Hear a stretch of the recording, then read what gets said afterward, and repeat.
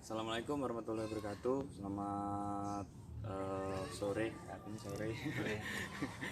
Eh, Hari ini saya bertemu dengan atau berjumpa dengan pelaku teater ya Mas ya? Sandiwara.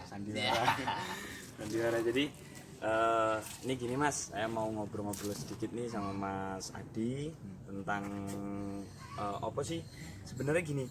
Yang jadi bahan pertanyaan tuh kalau anak sejenjang SMA kan otomatis sebenarnya tuh teater tuh apa sih gitu. Dari teater tuh apa, terus teater tuh sampai mereka udah buka-buka tuh teater tuh apa, dari asalnya itu dari mana. Ada yang ngomongin teater itu sandiwara, teater itu mak itu bahasa buku kan gitu. Jadi saya pengen ngasih nuansa beda nih sama anak-anak biar mereka tahu sebenarnya tuh dari pelakunya sendiri tuh apa gitu loh. Ya kalau seandainya yang sederhana kita tahu kan, kalau teater bahasa Yunani, teatron panggung dan yang lainnya itu kan pasti sakral. Jadi kan itu bahasa yang diciptakan. Kalau aku lebih sukanya dengan sandiwara Mas. Sandi otomatis simbol, wara itu pemberitahuan. Jadi kalau sama aja sebenarnya sandiwara dengan teater menurutku sama baik. Kemudian kalau sederhananya ya seperti itu. Tapi kalau aku lebih suka memaknainya secara global. Ketika akhirnya kita punya sesuatu, karya, seni dan segala macam yang ditunjukkan ke orang ramai, itu bisa dikatakan kalau aku pribadi nganggapnya teater. Entah itu pertunjukan apapun, yang ada panggungnya, yang kemudian ada penontonnya, ada pesan yang disampaikan, ya jadi sandiwara atau jadi teater, walaupun itu secara global. Nah kalau jenis-jenisnya mau ya banyak segala macam gitu. Terus gini Mas, jadi pengalaman dari Mas Adi nih, pengalaman dari Mas Adi sendiri, gimana sih pengalaman semasa sampean itu menjalankan suatu aktor yang mungkin sudah selama ini sampean kerjakan, sampean lakukan bersama teman-teman yang lain, itu opo yang didapatkan dari teater itu gitu. Kalau aku pribadi ngomongin kenal teater awal itu kan, atau sandiwara itu dari kuliah dulu dan segala macam. Nah kemudian mengenal teater itu kayak pendalaman jati diri. Kemudian saya tuh tahu ketika belajar teater itu saya tahu mau kemana, punya cita-cita, punya arah gitu. Itu kalau saya untuk pribadiku sebagai awal yang mengenal teater. Kemudian secara tidak langsung aku jadi aktor dan kemudian pelan-pelan jadi sutradara. Kemudian dibagi dengan teman-teman yang lain, ya aku mau berbagi juga apa yang aku dapatkan dari teater, berbagi juga buat teman-teman bahwasanya di teater tuh ada banyak hal. Misalnya kita bisa belajar psikologi, kemudian kita bisa belajar bagaimana memanai hubungan antara satu sama lain, sesama manusia gitu, saling berbagi dan yang lain. Intinya kalau aku sendiri, teater itu mendekatkanku kepada diriku sendiri dan orang lain kan gitu. Saling berbagi dengan diriku dan berbagi dengan orang lain kan gitu. Saling berbagi lah. Nah ya intinya teater tuh mendekatkan itulah gitu. Teater tuh punya dampak itu gitu. Kita kenal diri kita dan kita kenal orang lain lebih banyak gitu. Kita berbagi secara psikologis, keilmuan diri gitu tuh jadi lebih enak gitu. Karena di teater kan belajar itu. Menarik banget sebenarnya kalau di teater itu. Cuman Mas Adi nih sebenarnya tahun berapa kenal teater itu? Dari katanya tadi kan dari kuliah gitu. Apakah sebelum kuliah itu sudah mengenal, terus terjunnya di masa kuliah itu, ataukah memang pada saat masuk kuliah baru mengenal gitu? Nah, aku tuh lucunya di kuliah itu, aku kenal di kuliah aja. Itu sekitar tahun 2008 mulai pertama kali mengenal. Gara-garanya ada organisasi di kampus, dan kemudian ketika diharuskan untuk ikut organisasi mahasiswa, aku bingung kenapa, apa yang aku punya, apa yang aku bisa untuk berorganisasi sedangkan aku tidak punya basic apa-apa. Dan ketemulah teater itu.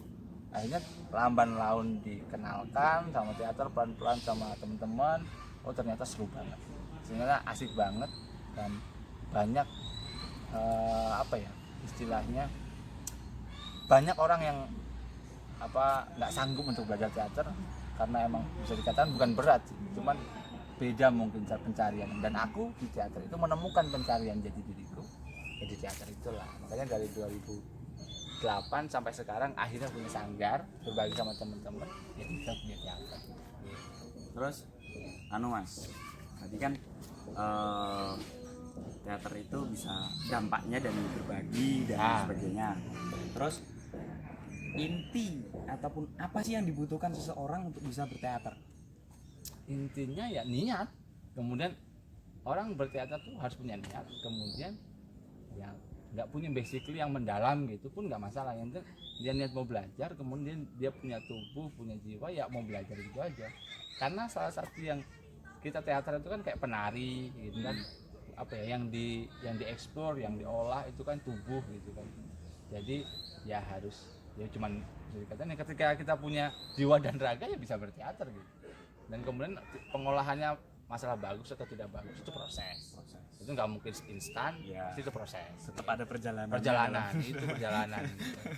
Nah, teater itu kan kalau saya yang udah saya pelajari ini Mas, yang saya udah pelajari itu inti dari teater itu sendiri adalah acting ya. Nih selain acting nih Mas, di dalam pementasan teater atau bermain teater itu, selain acting itu apa aja Mas? Itu yang akhirnya aku mengatakan bahwasanya salah satu kerumitan atau kompleksnya teater, bahkan banyak orang yang bisa dikatakan nggak sanggup untuk melanjutkan lagi tuh karena terlalu kompleks, padat. Misalnya kita punya teks, naskah gitu kan, naskah itu udah kayak belajar sastra gitu kan, bahannya bahasanya tinggi. Kemudian itu ada musiknya back sound dan segala macamnya. Secara tidak langsung pelan-pelan kita harus tahu juga musik itu yang pas untuk yang berkarakter lah, mengiringi suasana itu yang mana. Kita belajar musik, otomatis kita harus belajar tari, karena di dalam teater itu ada gerak yang terstruktur, emang harus seperti ini, yang pas seperti ini, yang logis seperti ini, geraknya seperti itu. Dan kemudian ada rupa itu letaknya di setting panggung, ada pencahayaan, gimana tempat itu menjadi sisi dramatis yang dikenal dan segala macam. Itu masih ada 4 unsur. Kemudian ada lagi yang kalau aku pribadi menganggapnya itu adalah keajaiban. Jadi hal-hal yang menarik itu terjadi ketika sebuah pertunjukan itu terjadi. Jadi kadang-kadang tuh orang yang di panggung itu bisa berlebihan ngomongnya atau kekurangan, cuman teman-teman yang lain tuh bisa membackup, menjadikan sebuah pertunjukan tuh menjadi lebih seru gitu. Keajaiban ya. Insting ya, kayak model apa ya? Ya bener, keajaiban ketika kita harusnya nggak menampilkan itu, tapi terjadi itu. Gitu. Oke. Ya nggak sengaja, tapi jadi wow. Gitu. Asik banget gitu. Ya. Banyak. Siap Mas. Ya, jadi gini Mas Adi ini udah jadi pelaku, sekalian udah jadi sekarang fasenya udah mulai jadi sutradara dan lain sebagainya, terus fasilitator. Misalnya nih Mas, saya nih mau pentas nih, saya mau pentas. Langkah apa aja ketika kita mau pentas yang harus kita persiapkan? Sebagai aktor ini, sebagai aktor. Macam-macam sih sebenarnya. Cuman secara globalnya sederhana, kalau tergantung kan sutradaranya seperti apa, mengolah aktor itu seperti apa. Tapi yang jelas kalau untuk langkah apa yang harus dilakukan itu latihan otomatis. Latihan itu kan pasti bertahap. Belum ada latihan itu tadi, kita memenuhi 4 unsur yang ada tadi. Kita harus latihan untuk misalnya kita harus bedah naskah itu kita harus benar-benar pahami apa yang kita sampaikan, apa yang akan kita tuju untuk ke penonton gitu. Itu letaknya di naskah salah satu. Kemudian ada namanya olah tubuh, olah rasa, olah vokal, yang itu untuk pribadi gitu, untuk melatih kita biar lebih rileks, lebih santai, lebih normal di atas panggung gitu. Jadi nggak terkesan ngacting atau terkesan dibuat-buat gitu. Jadi terjadi seperti itu. Kemudian harus kolaborasi juga dengan teman-teman panggung yang lain. Dari musik kita harus tahu musiknya seperti apa, feel-nya seperti apa. Kemudian dari panggung kita harus tahu panggungnya seperti apa, letaknya di mana. Jadi semua unsur itu harus terjadi, yaitu harus komunikasi yang baik. Dan kalau untuk pribadi yang jelas harus rajin-rajin benar-benar latihannya tuh latihan untuk diri pribadi itu ketika sudah latihan di bareng-bareng nanti di rumah latihan lagi bisa. Ini untuk pengolahan karena teater itu kerja kolektif cuman dampaknya itu untuk pribadi. Jadi semua yang bareng-bareng itu nanti setelah pentas kita tahu hasilnya, oh ternyata saya lebih seperti ini, oh ternyata saya udah nggak terlalu gugup lagi di atas panggung, jadi gitu. Oke, membentuk karakter gitu Ya ya. benar, jadi intinya tuh nggak kelihatan saat proses, nggak kelihatan saat itu, tapi kelihatan tuh setelah proses, setelah pentas itu baru kelihatan oh dampaknya seperti itu. Ketika akhirnya sampai ada orang, oh kamu sekarang udah lebih baik, gitu. Ngomongnya lebih keras atau ngomongnya lebih apa nggak malu-malu lagi. Nah itu kita nggak sadar tapi orang lain menyadari. Tapi bukan malu-maluin ya. Benar. Baik Mas. Sekarang misalnya nih udah ketemu semua tuh. Nah, misalnya dari anak-anak SMA kan sekarang udah mulai banyak tuh Mas komunitas dari yang mau membentuk satu wadah komunitas yang larinya notabene teater itu dari masa ke bahkan SMP sekarang udah ada, SD aja udah diajarin sandiwara kan. Ya, benar. Gitu. Sekarang udah masuk ke ranah anak-anak SMA yang udah mulai yuk bikin komunitas. Buat Mas Gun, Mas Adi, ini apa sih pesan buat mereka ketika mereka mau membuat satu komunitas? Ya kalau sarannya, langkahnya lakukan terus. Karena kita tahu bahwasanya kesenian khususnya teater itu bisa dikatakan belum boom. Seperti beda dengan musik yang emang sudah boom, semua orang kenal musik seperti apa dan yang lainnya. Orang-orang masih mengenal teater itu seolah-olah hanya sinetron, acting, film dan yang lainnya. Padahal bukan hanya itu gitu. Itu ranah visualnya dampak dari belajar teater, itu acting itu belajarnya di penerapannya salah satunya di film, kemudian di sinetron dan yang lainnya. Sedangkan di masyarakat itu kalau seni buat komunitas tuh kita harus benar-benar lapang dada, sederhananya gitu. Kita harus terus berjalan, ngelakuin terus, kita harus benar-benar bisa untuk ngebagi sama orang lain biar orang lain tuh tahu apa sih sebenarnya yang kita harap ketika kita melakukan ini gitu. Apa sih sebenarnya yang harus yang kita bagi buat orang-orang, dampak bagusnya itu buat orang-orang lain itu seperti apa. Jadi emang harus dilakukan terus menerus, continue terus, jalan terus. Ketika ada cobaan yang omongan orang atau hal teknis yang lainnya, tetap bangun terus. Kemudian saranku adalah perbanyak orang-orang secara kolektif, dalam artian kelompokmu perkuatkan kelompoknya. Kemudian biar akhirnya ketika ada masalah di tengah, ada jalan atau seperti apa, semuanya itu saling menguatkan gitu. Jadi jangan bekerja sama lah ya. Jangan sendirian lah intinya gitu. Kalau sendirian monolog. Oke, Mas Adi, nih yang terakhir nih. Bisa nggak Mas Adi tuh kasih contoh yang sedikit, yang kecil aja, misalnya satu kata nih, gitu. Itu cuman dia punya file, menunjukkan satu sedikit acting gitu loh untuk gimana orang tuh tahu saya tuh ngomong K tuh untuk seperti ini gitu. Contohnya gitu. Oh iya. Oke. Ini lagi kumpulan teman-teman komunitas teater. Ini ramai. Coba Bang, jadi Apa ya? misalnya misalnya satu kata nih. Aku udah gitu aja. Jadi biar memang benar-benar sampai kan udah pelaku nih. Jadi saya rasa untuk kayak acara spontanitas nggak mungkin dong sampai nggak punya kan gitu. Skill itu nggak mungkin. Orang-orang teater tuh misalnya, Bang baca puisi, udah nggak bawa apa-apa, ya udah bacain aja puisi seadanya, sepengertiannya apa yang dia lihat aja. Dan sekarang Mas Adi coba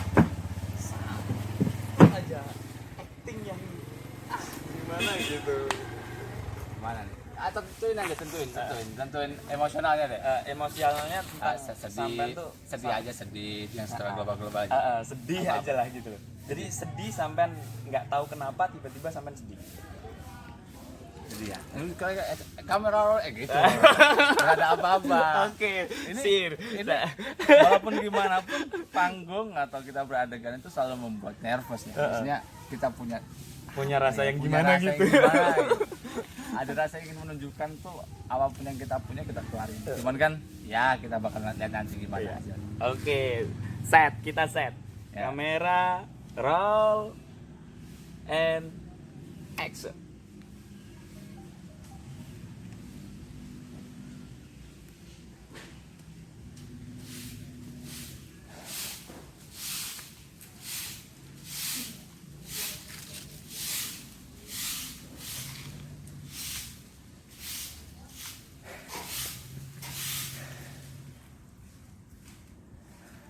Dah segitu dah. Oke, kasih aplaus. Luar biasa banget. Jadi orang sedih tuh nggak harus mewek ya man. Enggak Nggak harus mewek, nggak harus nangis. Mewek itu menangis. Gitu. Bukan sedih Bukan ya. berarti sedih. Luar biasa banget. Oke, thank you banget. Ini dari awal ngomong nih, dari awal ngobrol biar nanti juga terpublikasi nih. Nama Bang Adi nih panjangnya apa? Panjangnya siapa? Kalau kita ngomongin sosial media ya. Sosial media. Sosial media kalau seandainya nyari Instagram itu Andika Gundul. Andika Gunduel. Gonduel. Andika Gonduel. Itu pasti ketemu. Kemudian kalau Sanggar kita punya Instagram juga, walaupun tidak banyak postingannya tapi ya biasalah kalau senian tuh biasanya jarang publish. Kemudian kalau di Sanggar satu kata. Jadi bisa teman-teman Gua nggak salah dong. Gua minta satu kata nggak salah dong.